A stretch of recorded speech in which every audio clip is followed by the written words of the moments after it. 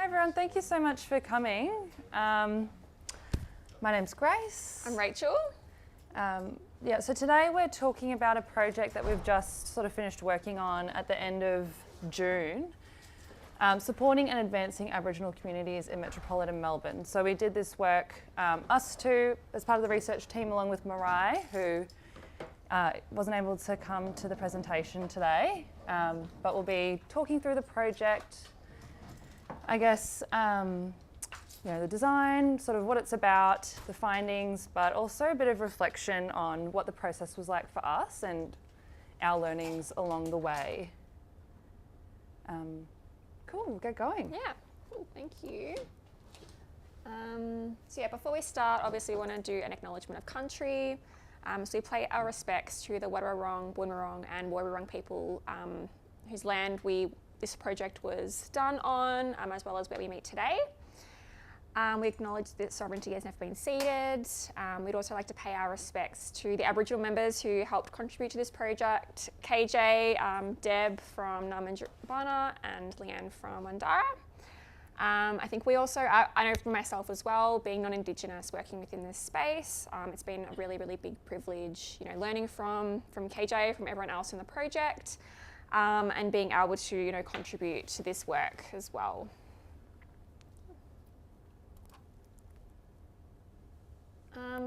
As Grace already mentioned, this is sort of what we're going to be going over today. So we'll start off with, I guess, what exactly was this project about? What did the research look like?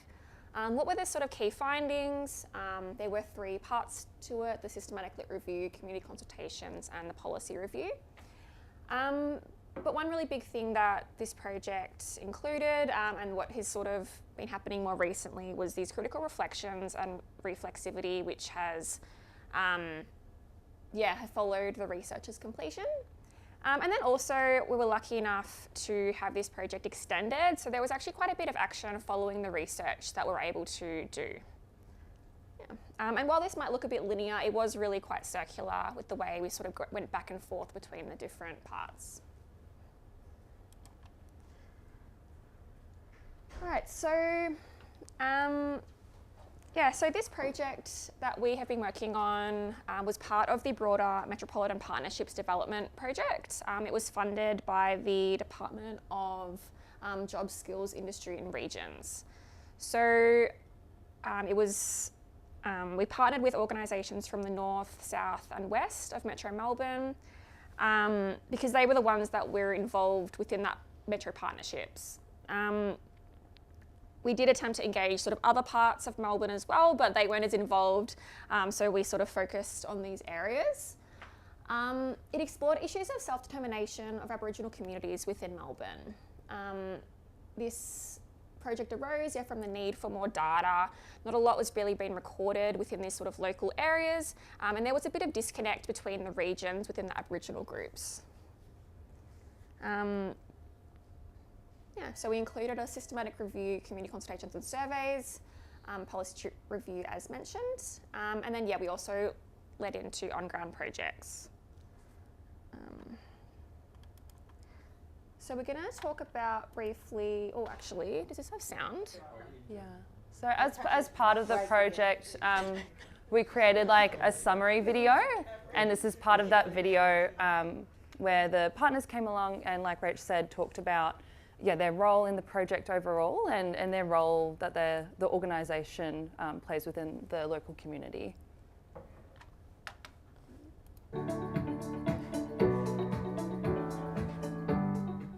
My name is Leanne Brooke. I'm General Manager of the Long Walk and Chairperson of the Wandara Aboriginal Corporation. I'm a very proud Gunditjmara Kiro-Wurrung woman, and my country is down in Western Victoria. Wandara is a volunteer and community-driven group and organisation.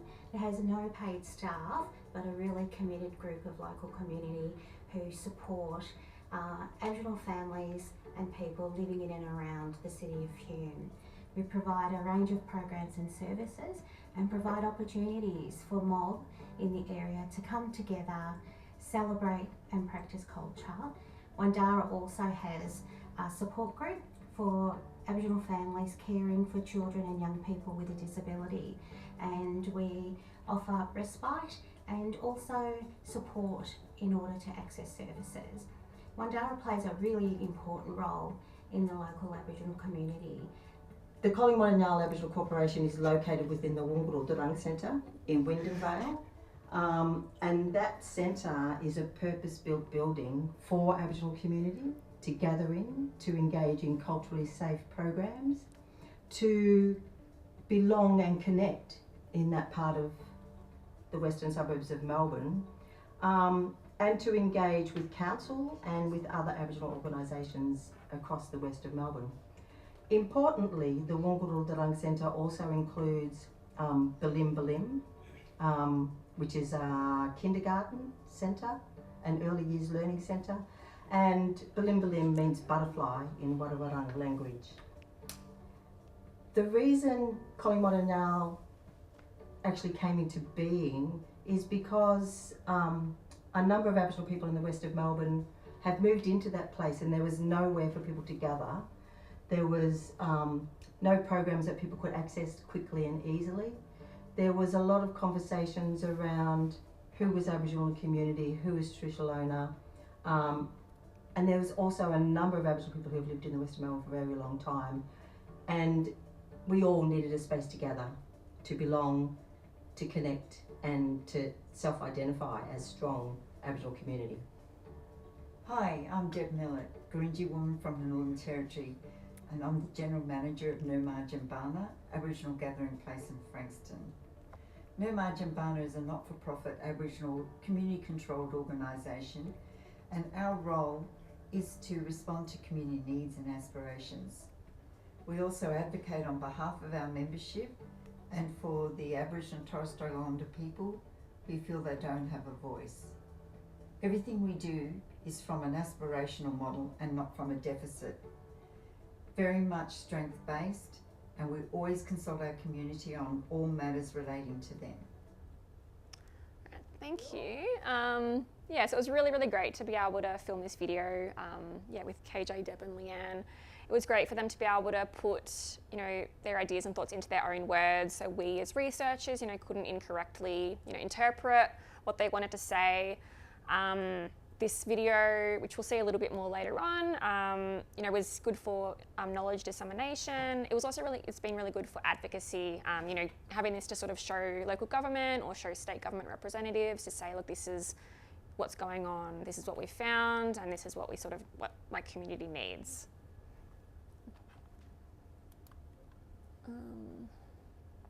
So with the design of this project, so as mentioned, there were three sort of main core parts of it: the lit review, the community consultations, and then the policy review. So we started off with a survey. We had 103 Aboriginal participants respond. This was mostly about their sort of general experiences within their local area, about their experiences of cultural safety, their use of programs and services, both mainstream and run by Aboriginal organisations. Their responses then really kind of shaped the rest of the project. We met with the three partnering organisations we've already talked about, and that was sort of a regular occurrence, also being led by our Aboriginal project leads, KJ and Fiona Hale, to really inform sort of everything that we were doing. The systematic lit review was the first thing we really worked on aside from the surveys. We started off with 919 papers that were originally screened. The only inclusion criteria was that it had one location based in Melbourne, that it was a program or service for Aboriginal or Torres Strait Islander people, and I think that was pretty much it. It was since 2009 when the UN Declaration of Indigenous Rights was formally endorsed, and only 10 papers actually met the inclusion criteria. So there was really, really not much that's actually been published in Melbourne, highlighting, like based on our local needs, especially in Metro Melbourne. There's a lot of stuff in more urban areas, but this is like a really big gap. The policy review was something that was actually requested by the partnering organisations. They really wanted something that they could use as concrete evidence to advocate for themselves and for their organisations. There was a lot of tensions and issues with local governments. And they've all got reconciliation action plans, and they sort of wanted something to say, okay, cool, like you're saying you're doing this and you're supporting self-determination, but where's the evidence? Like, what actions are you actually doing? So that was really something that they sort of informed, and what we did sort of to help them advocate for themselves, both within the project and in the future. We can see on the left here sort of our own processes for how we worked.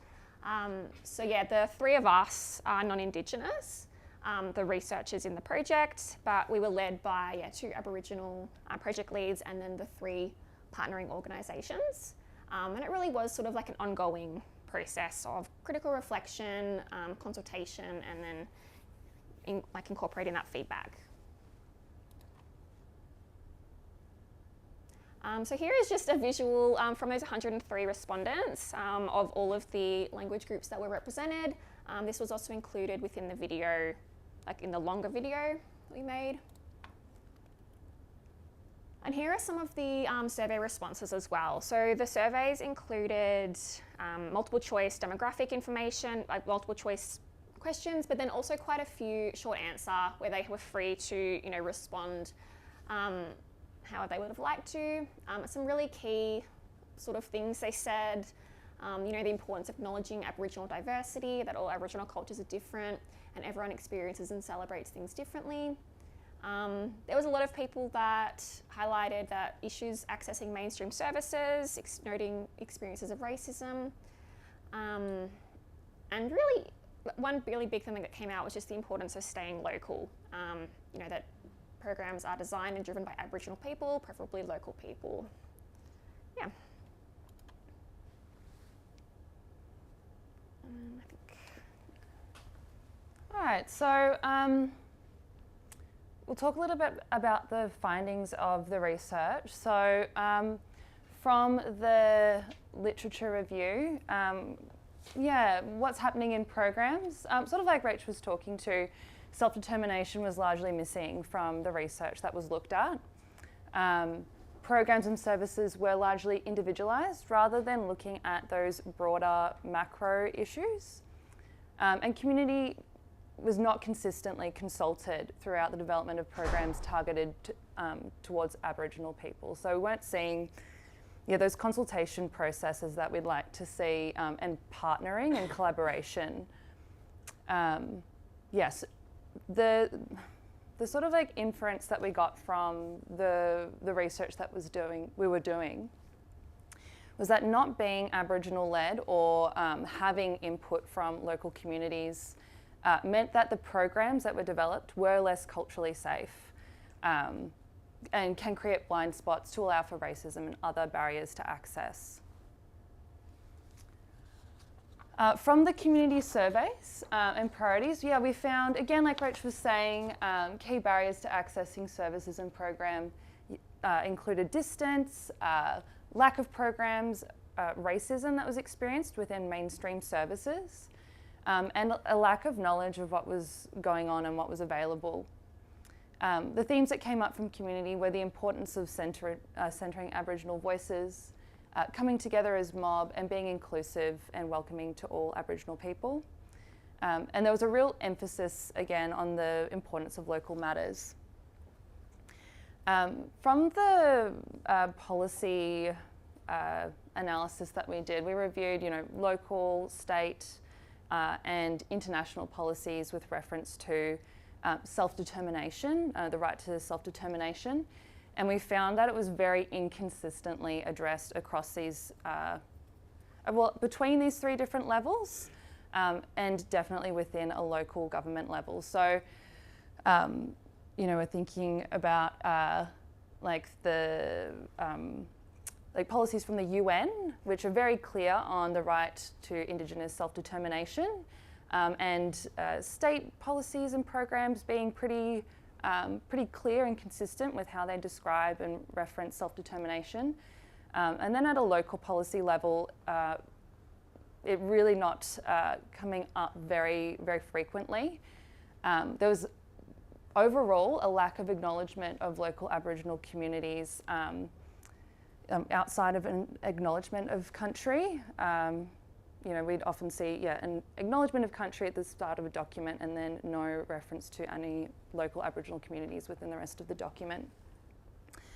And this is things like, you know, looking at the future of the local council area, or thinking about child safety policies in the local council, you know, healthy ageing, all these things that are really important issues. And yes, again, a lack of discussion of self-determination. And yes, while most councils have reconciliation action plans, they don't always lead to genuine reconciliation. And so we were looking at how accountability was included within the reconciliation action plans. Was there accountability? Were there people who were following up on these different actions that are meant to be happening? Were there particular roles that are responsible for putting these different actions into place?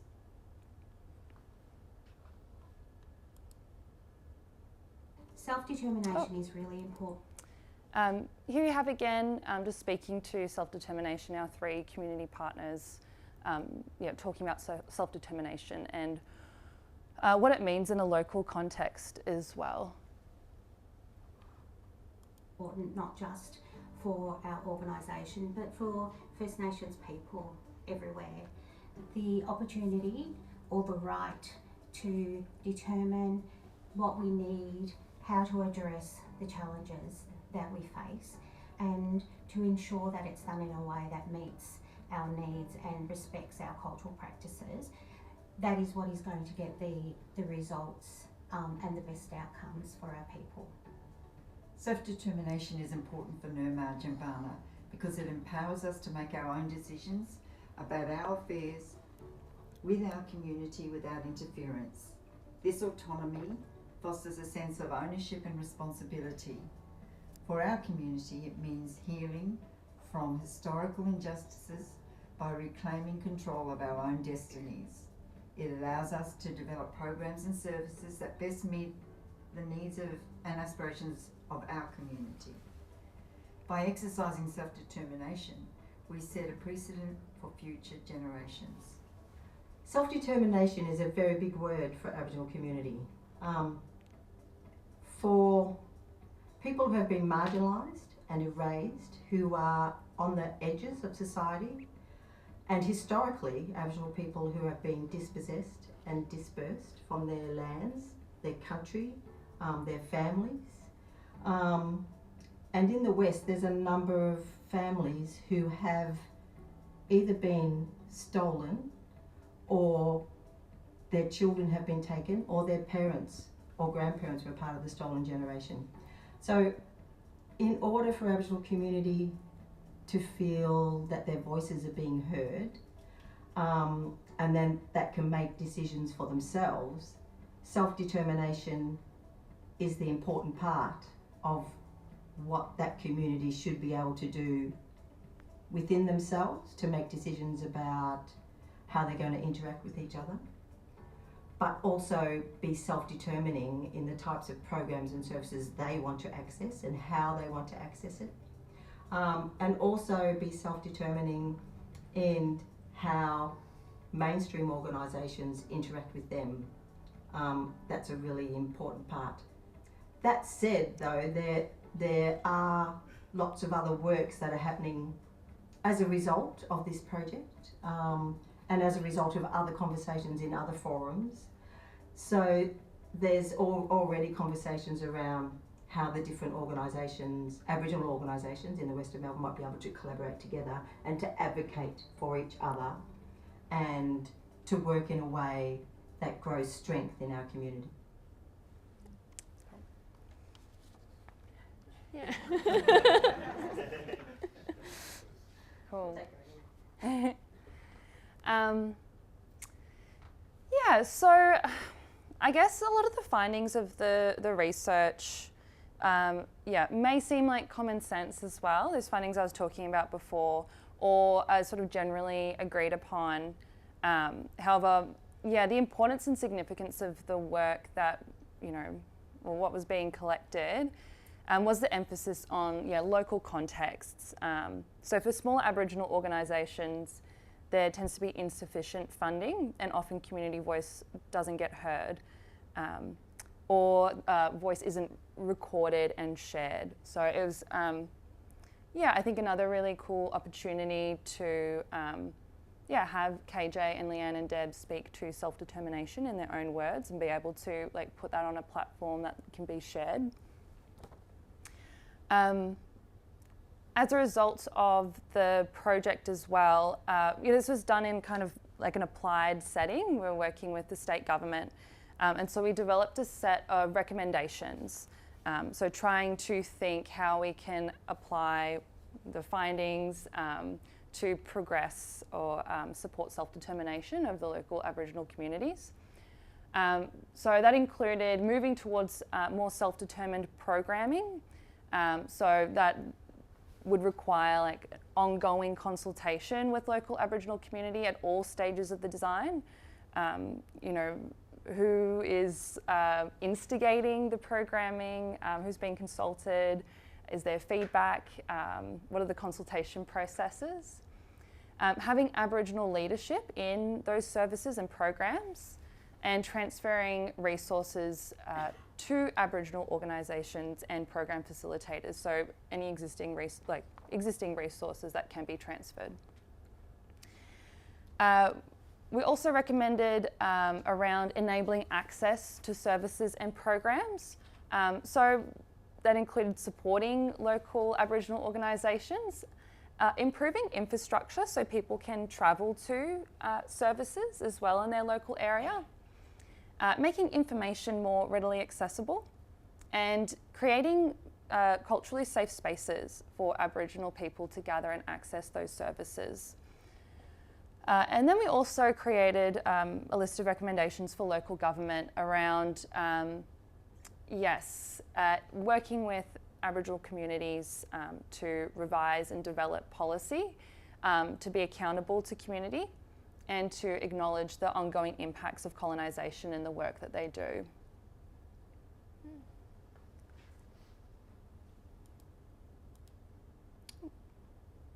Yes. We've gone. Sorry, I skipped one. Great.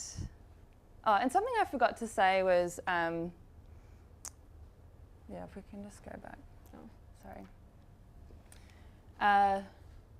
Yes, we created this list of recommendations, and then we're prompted by our sort of people from the Victorian government to make it more practical. There was a real interest in how can we break down these recommendations into a more step-by-step process. So in the additional 6 months that we had in the project, we were able to expand on our original recommendations, which sort of go beyond what was here, into more practical steps. And then we were able to kind of put some of those things into action, which we called our action after research kind of phase.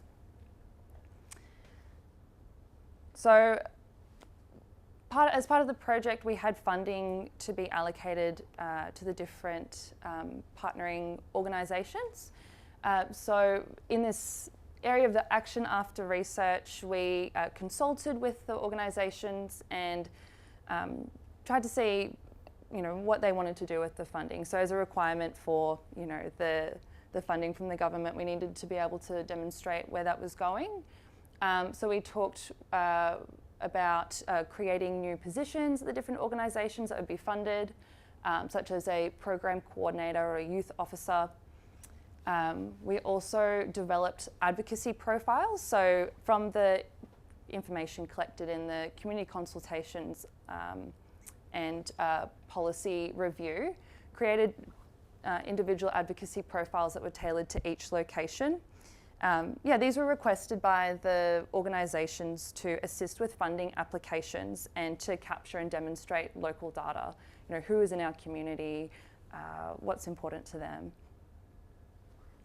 We developed some community resources. So I might hand these out. So 3 different. There's only a few. There's just a few, but you can have a look if you like. As educational resources for service providers and local council based on the project findings. We created that video that you've seen a little bit of as a way of disseminating findings and recommendations, including messages from our partners. And the presentation, the dissemination of the research itself. So we did a showcase with the state government where we were able to talk about the project, what was found, and sort of give those recommendations and answer questions. We had the poster at the recent research festival, and we're able to disseminate it now, which is another cool opportunity to share the findings. So this is one of the community resources blown up for you. You might have them in front of you. These flyers were developed, driven by conversations with our community partners who were largely dissatisfied with the interactions that they were having with local government and other service providers. So largely like a lack of relationality and a lack of accountability, and it's kind of misunderstanding. So we're thinking, what does a meaningful partnership look like between an Aboriginal controlled community organisation and a service provider? What kind of interactions do they want to have? We integrated our own reflections as white, non-Indigenous project staff working within, the academy, working within a university. Thinking about what have we learnt, what are the things that if we knew about when starting the work would have benefited the partnership and enabled us to do better work. We considered how to address service provider staff learning and relearning the same lessons over and over again, thinking about what can people come in already understanding, how can we reduce the cultural load on the Aboriginal partners or on Aboriginal staff that might be working internally within those organisations.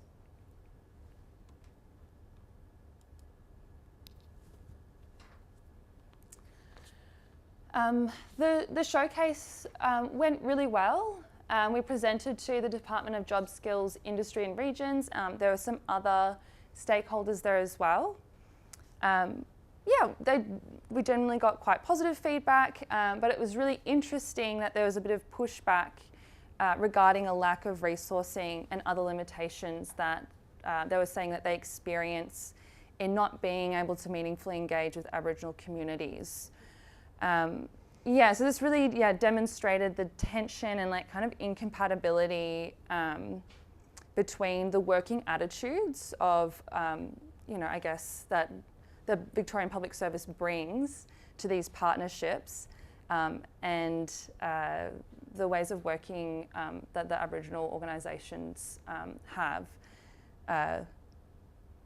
We heard this sort of line of, we don't have time to build relationships, but we want to do good work. So it's kind of a misnomer. So being able to highlight that, in order to have meaningful and culturally safe engagement with Aboriginal communities, there needs to be time and relationality and respect and all these sort of things put into it. It was a really good opportunity to have those conversations. And it really highlighted that there is a gap in this space as well. We had lots of people who are really interested in how can I partner better with Aboriginal community in my work. So that was interesting in itself. I think as well with that, I know one person said we don't have enough time, or we don't have enough people in our team to make these relationships. But all it might be is, you show up once a fortnight for an hour. You come to their community gathering. It might not necessarily be this constant work that's so overwhelming. It's maybe an hour or two out of a month or a week, which really I think most of us, would have, especially for this kind of work. You have to put that aside, and maybe something else gives for that to happen. Yeah. I think it was just, something that maybe hadn't clicked for some of the people there. Yeah. A bit of whiteness.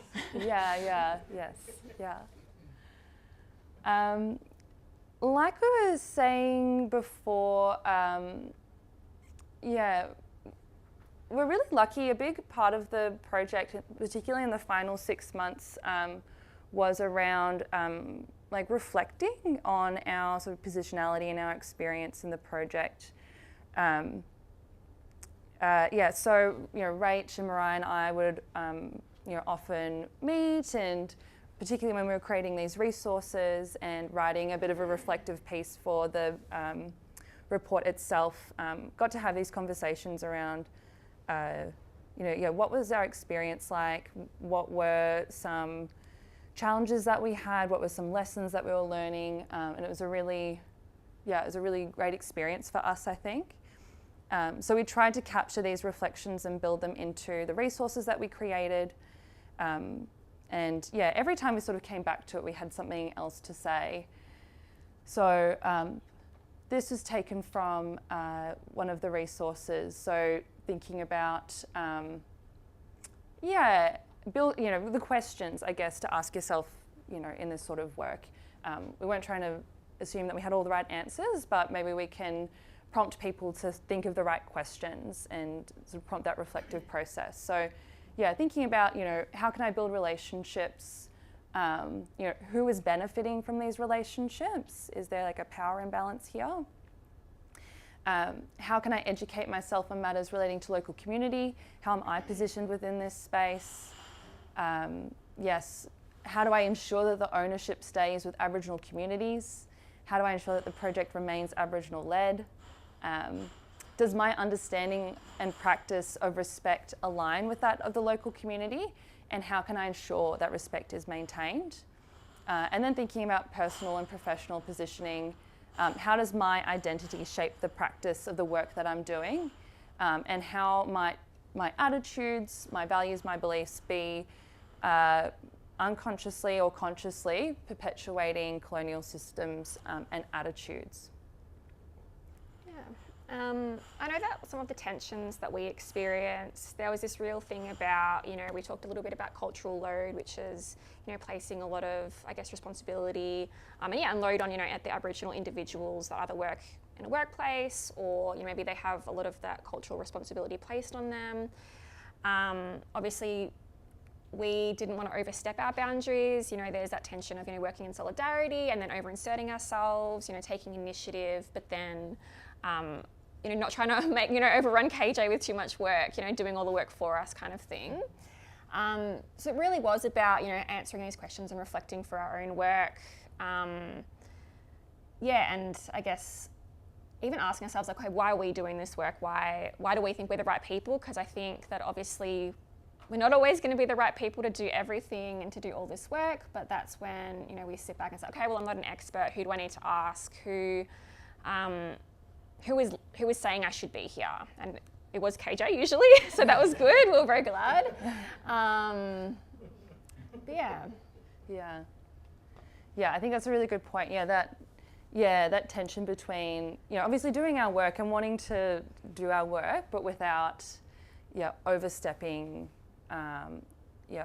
boundaries and getting to a position where all of a sudden we're speaking on behalf of someone or we're assuming something incorrectly. Constantly trying to negotiate that and learning from that as well. When we, I know that there were things where I had, maybe taken a step and then talked to someone and they're like, no, that's actually not something we're interested in. We want to do something else, and having to be really flexible and reflect on that as well.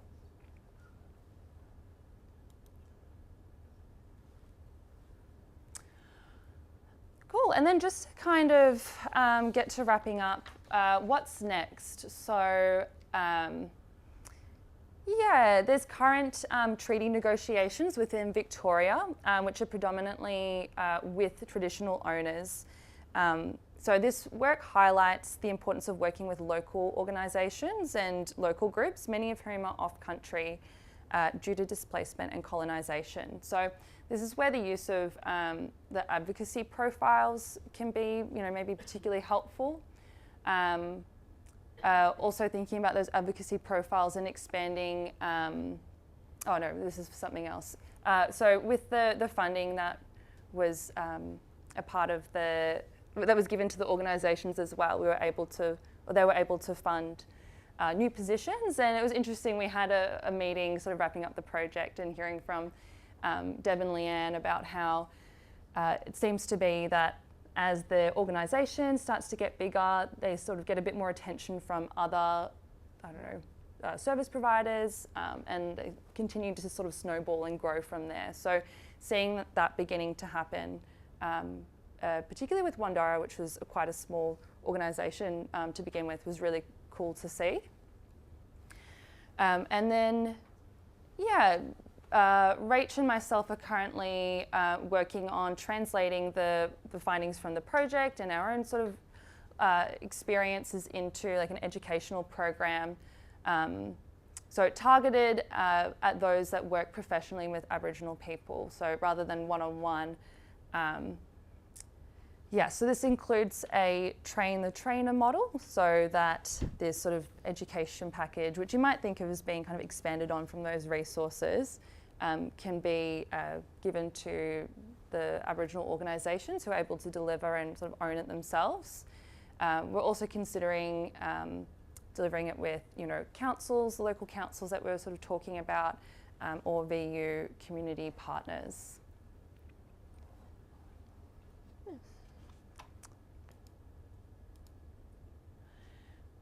So I did that again. And then just our final reflections, just to kind of finish everything today. Just as we've, again, been writing up this presentation and just thinking about the project as a whole, something that I keep coming back to is all this work that we did in the final 6 months of the project. So it was originally meant to be sort of a 12-month research project, and then was extended for an additional 6 months. And that's when we were able to do a lot of advocacy work and putting the findings into action. And so, I just think about the resources that were available to do that, but also, the partnerships who are able to contribute to that. But it also makes me think about how there needs to be like a value placed on that aspect of work as well for that to happen. And I just think about, I just finished my thesis at the end of last year. I'm like, what if I had an extra 6 months to actually do something with those findings, and I was, able to do that for 6 months? What could I have done with that, with those resources? Yeah, and I think as well, like we were trying to have quite a critical or decolonial lens throughout the actual, the work that the research we were doing. But working within a government-funded project, within a Western university institution, it can be quite challenging to sort of maintain that. And there's sort of a line or a boundary we were sort of faced with is how critical do we be? We're going to be giving this over to government, or we're going to be, this work we're producing, for local council. How sort of hard do you go? But then you also want them to take it on board and be like, you're right, I should do this. Where, you're going too hard, and then maybe they're like, oh no, this is like, I'm offended, or I'm like, this is not for us. This doesn't relate to us. And I think there is like a bit of a push and pull that we were doing or sort of navigating, because I think it can be quite challenging. And then we're also, we're being funded to do a specific thing, and making sure that, I guess our biggest priority, which I think we really did maintain, was working according to community priorities. Like that was our biggest thing, much more than what the government stuff was. But I guess, and then reflecting on our self-reflexivity. So I kind of talked about this before, but just thinking about, again, how reflexivity became a part of our working process, particularly in the last 6 months of the work. But, also thinking about how it was, prompted by a conversation that we had with someone from the Victorian government who we were talking about the report with, and they said, you're saying you're doing this reflective practice, but you know, where is it? And that sort of being a bit of a, I don't know, kind of check yourself moment of, okay, like what expectations do I have for myself in terms of this being a reflective practice? And then we really, you know, sort of emphasise that in the last 6 months of the project, and how has that changed my expectations in terms of self-reflexivity? So that's been, you know, just a interesting experience. And I think the process of it as well, doing it in a, you know, collective way between the three of us was really valuable, and also created a lot of trust. And then from there you can sort of talk about more challenging things, and it was a really useful experience. Yeah, I think not only that as well, I think there's a big importance on, like, you know, being uncomfortable or experiencing that bit of discomfort. So when you are sort of prompted to go that little bit further, or maybe you're challenged by different people, you know, it is within that sort of discomfort that you really, you know, learn a lot, I think. And then I guess finally, you know, reflecting on, I don't know, like once again, we're non-Indigenous and we're sort of developing these training resources, and that's another really sort of big question mark about, like, should we be doing this? Is this appropriate? And I guess we've tried to, like, this was asked of us, I suppose, and work in a way where, okay, that actually is something we should, or that is going to be good, you know. The way we're doing that is by handing it over, by making sure that, you know, it's Aboriginal owned. It really is as well, I think, based on our own sort of experiences being non-Indigenous in this space. So it's for other people that are non-Indigenous, like, to maybe do similar work, but then also telling them, you know, you need to have these partnerships, you need to be Aboriginal led. It's not about, okay, this is how you can just do it, because that's really not appropriate. Yeah, and it's just, that ongoing reflection, like, and figuring out where we are situated constantly, you know, it doesn't kind of go away. Cool. And any questions? Thank you, everyone. I don't know how long.